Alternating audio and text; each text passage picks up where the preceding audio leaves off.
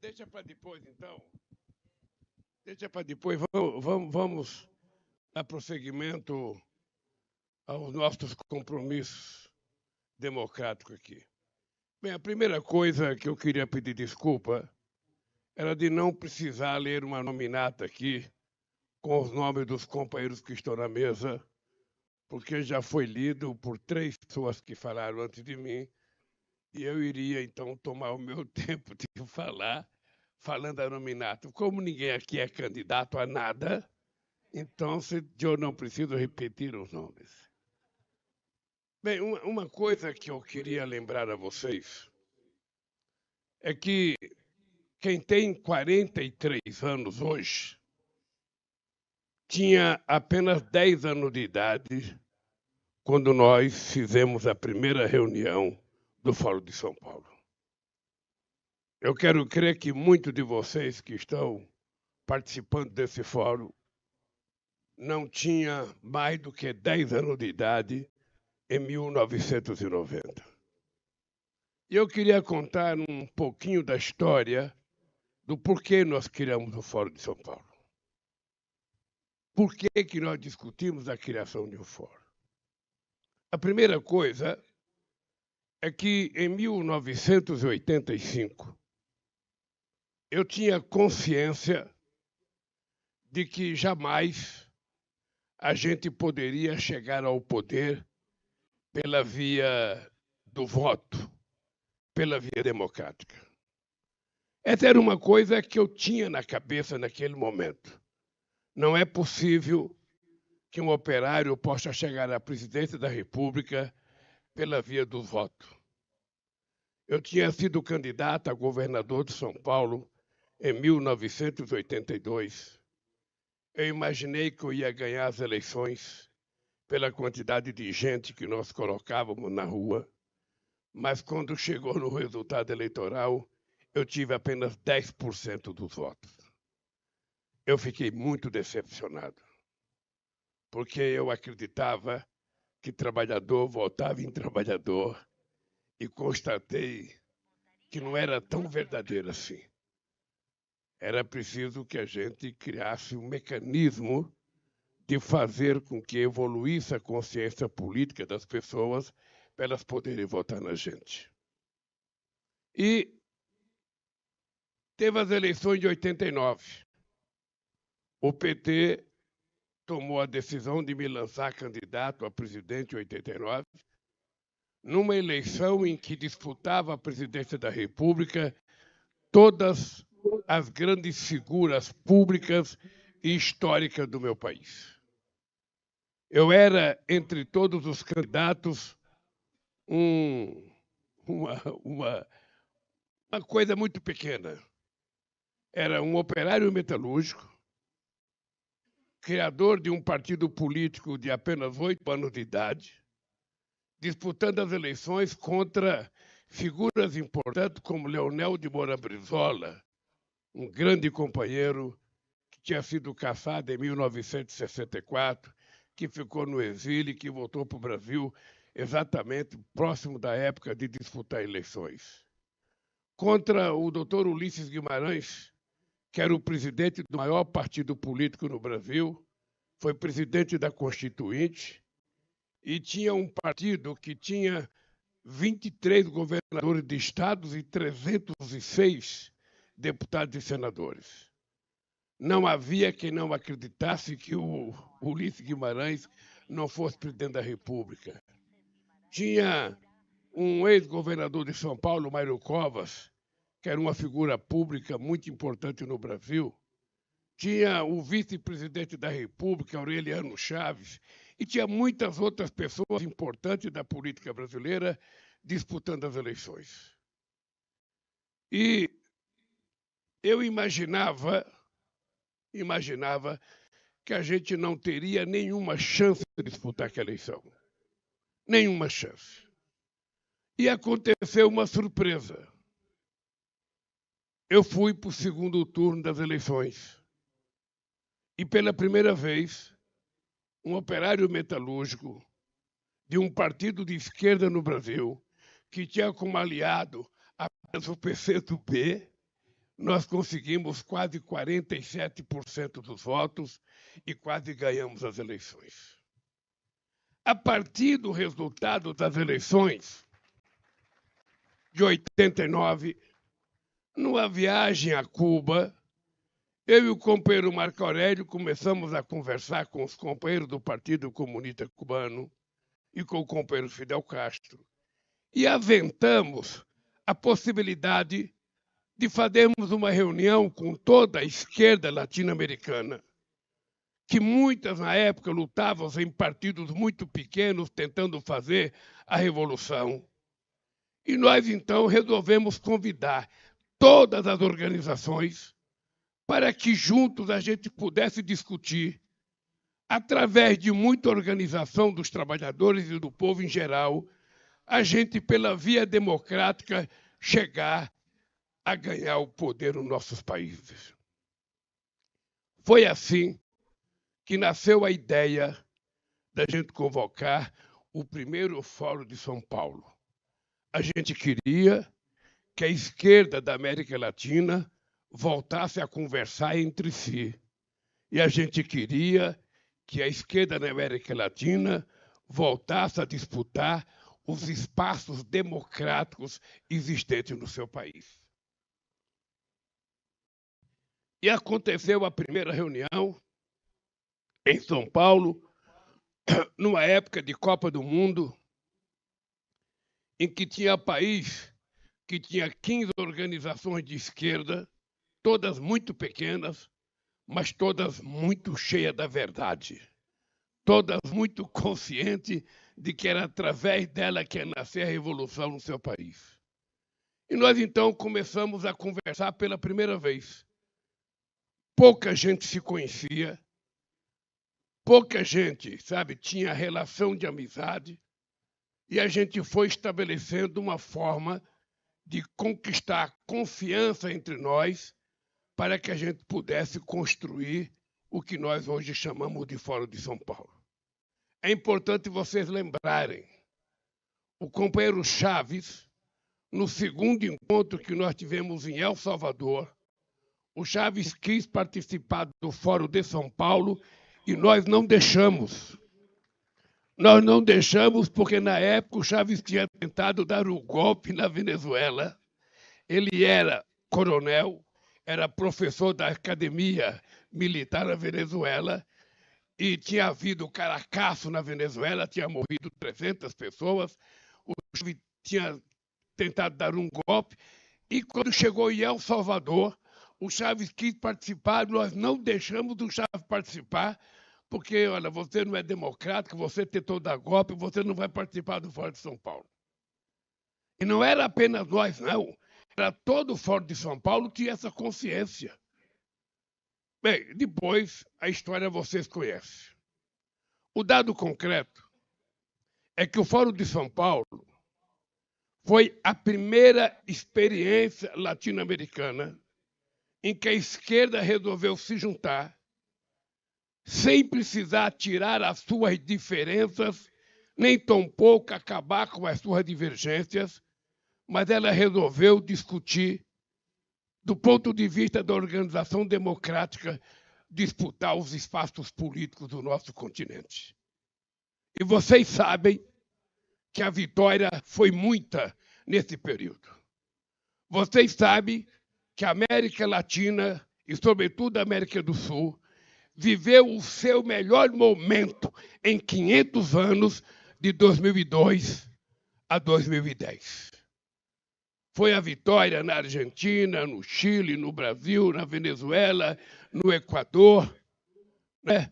Foi a vitória, inclusive, de pessoas mais progressistas nos outros países que estiveram do nosso lado, além da vitória do nosso companheiro Chávez na Venezuela.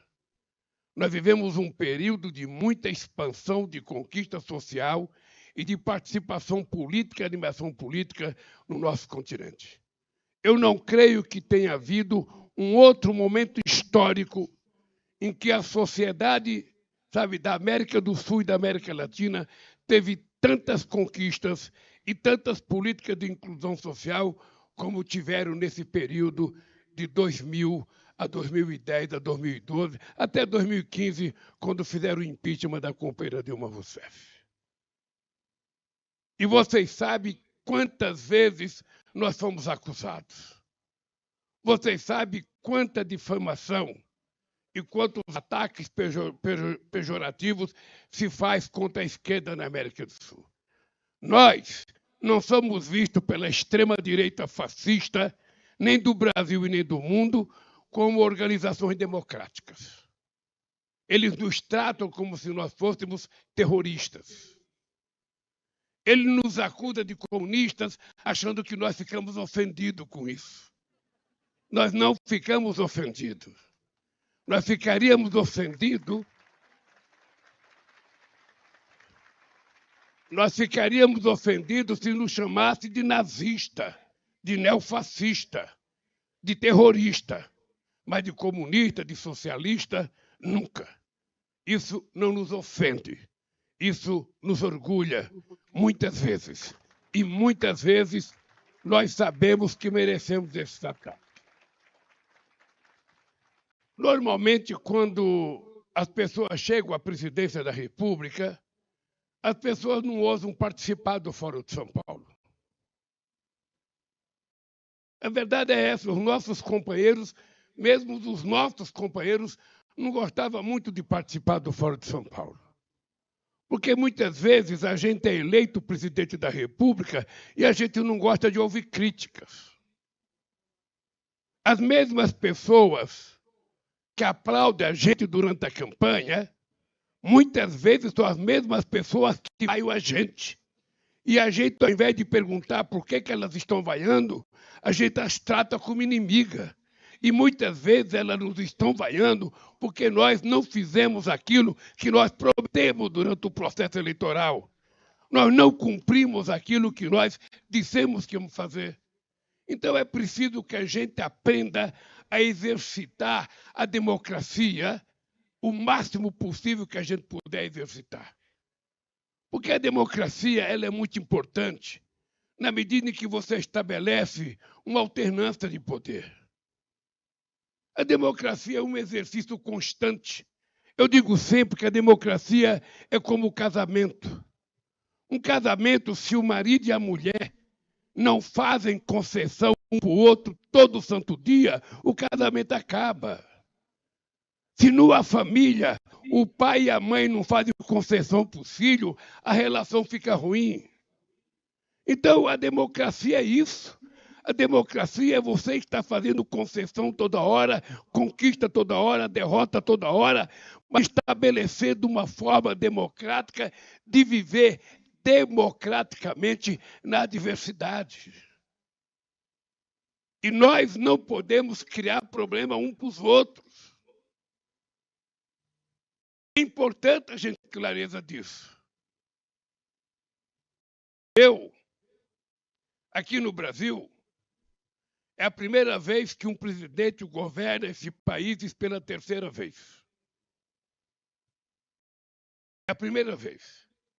Eu certamente, se tivesse juízo, não teria voltado a ser candidato à presidência da República, porque eu tinha deixado o meu segundo mandato com 87% de bom e ótimo nesse país. Eu poderia utilizar esse capital histórico para os anais da história e não voltar. Afinal de contas, eu tenho 77 anos de idade. Não parece, vocês estão vendo que eu estou aqui muito jovem. E eu digo todo dia para mim acreditar. Eu não digo para vocês acreditarem. Eu digo para mim acreditar. A velhice, ela só acontece quando a pessoa não tem uma causa. Se todo ser humano tiver uma causa, para que ele se dedique, para que ele lute, a velhice não acontece. As rugas podem aparecer no rosto, mas ela não aparece dentro da sua consciência. E aí você continua sempre novo, sempre disposto a lutar. E eu voltei a governar esse país. Primeiro, para restabelecer o processo democrático desse país. A gente gosta de democracia. A gente gosta de ter gente protestando contra a gente. A gente gosta quando tem greve contra a gente. A gente gosta quando negocia. Nada disso é contra a democracia. Tudo isso é resultado da democracia. A democracia não é um pacto de silêncio.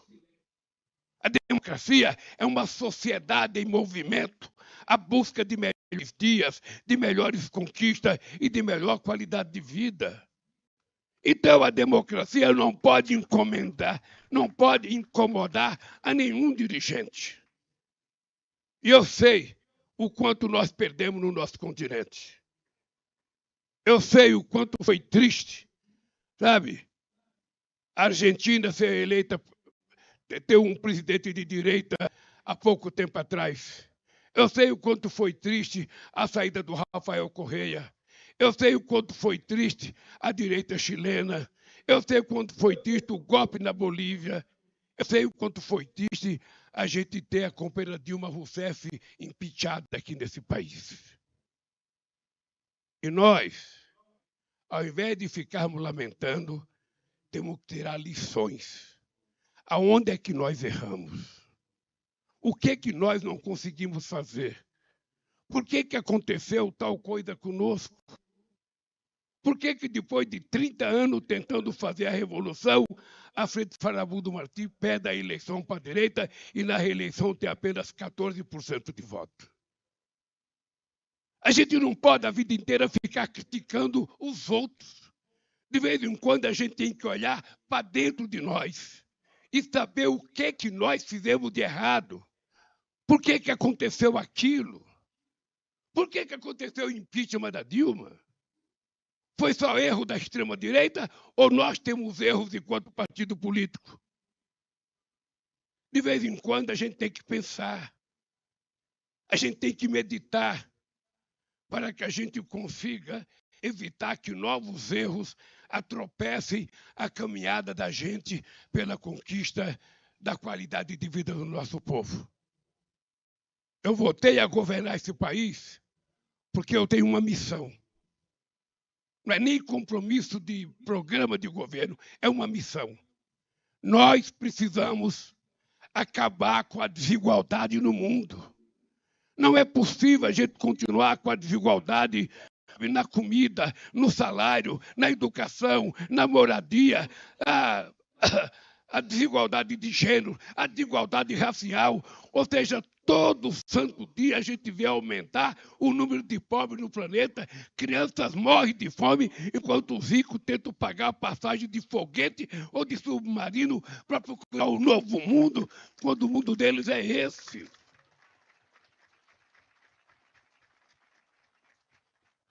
Então, companheiros e companheiras do Fórum de São Paulo, entre nós já não tem muita gente que ajudou a fundar o Fórum. Mesmo do PT, eu estava vendo, Zé, ali aparece naquele filme, aparece eu, o Marco Aurélio, você e o Guxiguem. O Marco Aurélio já morreu, o Guxiguem já morreu. Resta nós dois. Como eu pretendo viver até 120 anos, se prepare, porque eu vou continuar preparando os meus discursos aqui. Aqui no Brasil eu costumo chamar a morte de Caetana.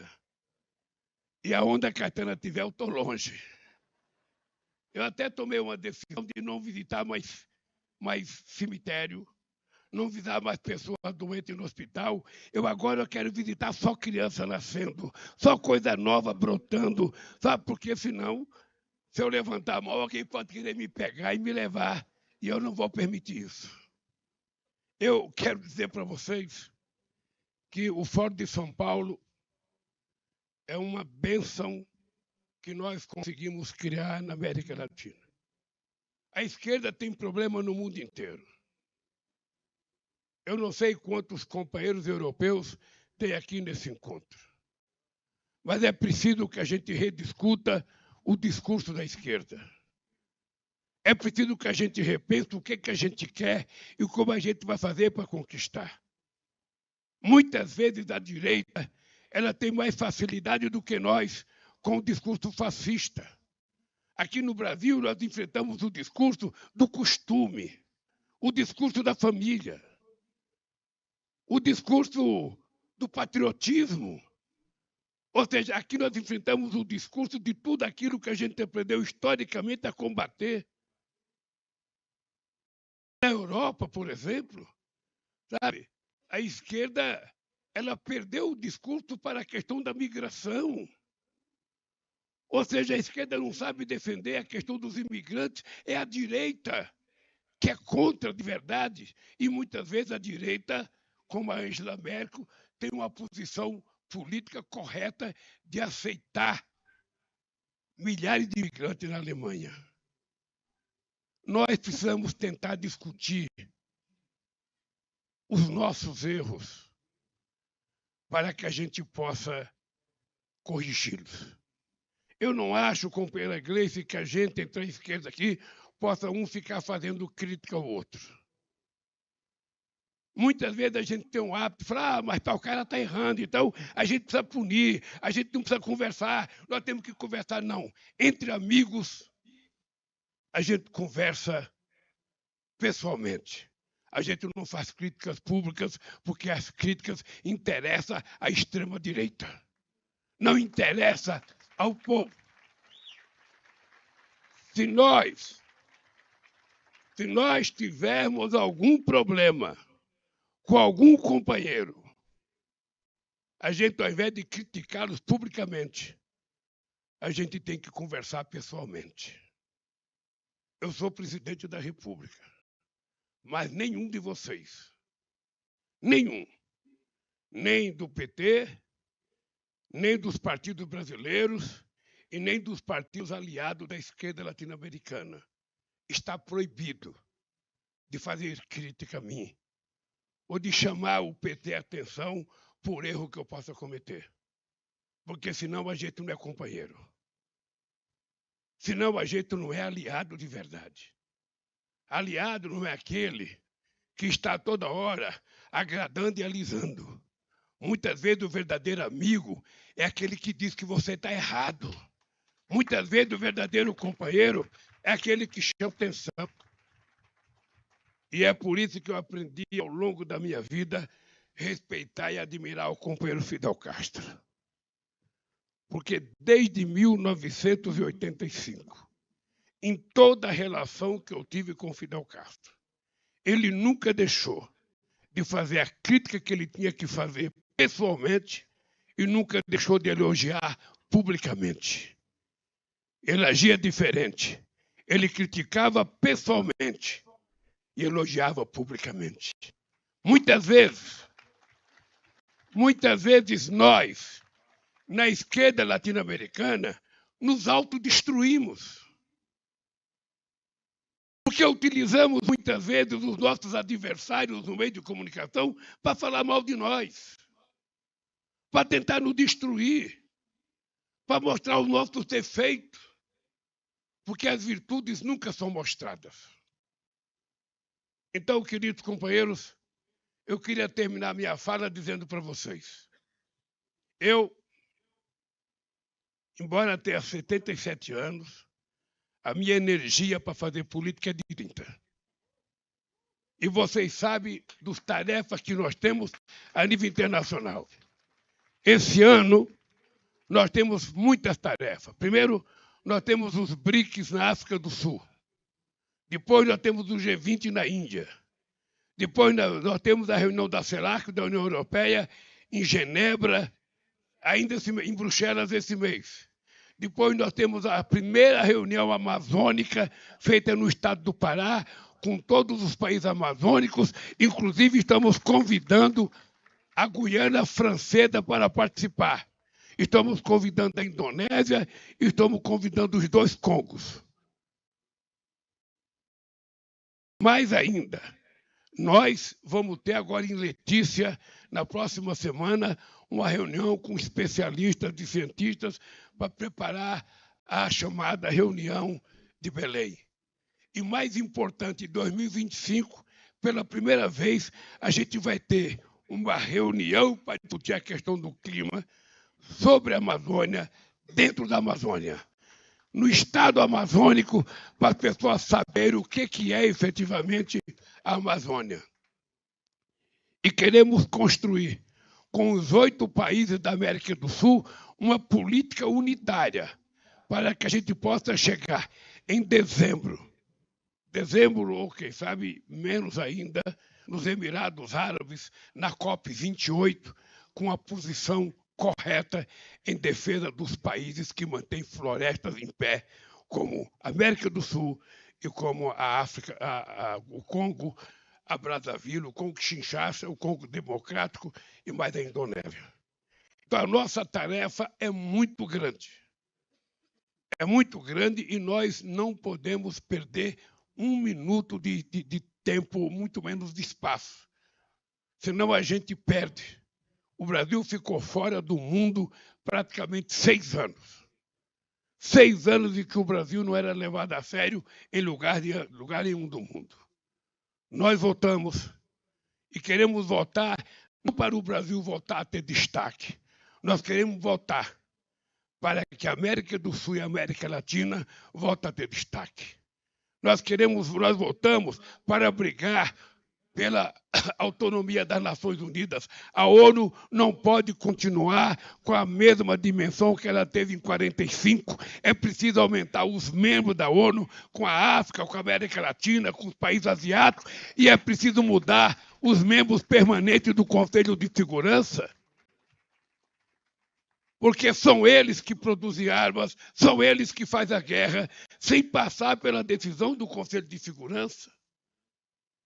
Então, nós estamos numa trincheira, além de cuidar do nosso país, nós temos que cuidar de fortalecer o papel dos setores progressistas e democráticos da sociedade nesse mundo.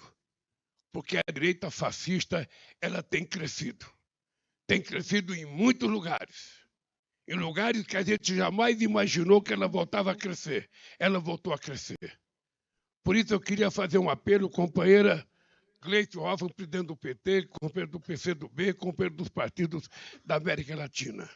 Nós não temos tempo a ficar brigando por coisas menores. Quem fazia crítica ao companheiro Tabaré, ou quem fazia crítica ao companheiro Pepe Mujica, sabe quanta falta fazem eles no poder para a gente poder fazer críticas.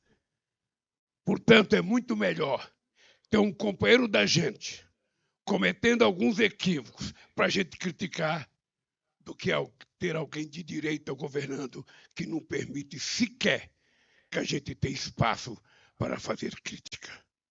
No Brasil, nós aprendemos. 4 anos da extrema-direita nesse país foi uma lição para todos nós. Ou nós criamos juízo, ou nós nos organizamos, e ou nós trabalhamos para resolver os problemas da sociedade brasileira, sobretudo com a questão da inclusão social, ou a extrema-direita está aí, contando mentiras, utilizando fake news, violentando qualquer parâmetro de dignidade para voltar ao poder. Por isso eu quero que vocês saibam que vocês podem contar comigo. Enquanto esse coração jovem estiver pulsando, eu estarei lutando para que a gente conquiste respeitabilidade, a dignidade do povo trabalhador da nossa querida América Latina. Um abraço, queridos, e bom congresso para vocês.